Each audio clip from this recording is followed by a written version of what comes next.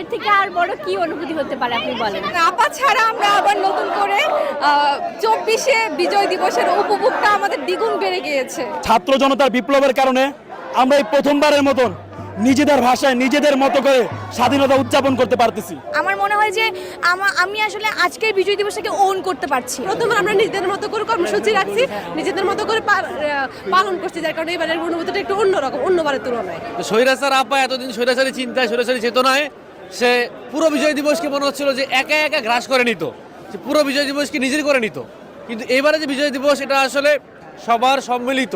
আমাদের হচ্ছে এই বিজয় আবার নতুন করে বাঙালির উদ্দীপনা জাগিয়েছে, কারণ আমরা এই দেখেছি যে যেরকম 71-এ প্রত্যেকটা মানুষের অংশগ্রহণ ছিল, ঠিক 24-এও নতুন করে আমরা আবার স্বাধীনতা লাভ করেছি।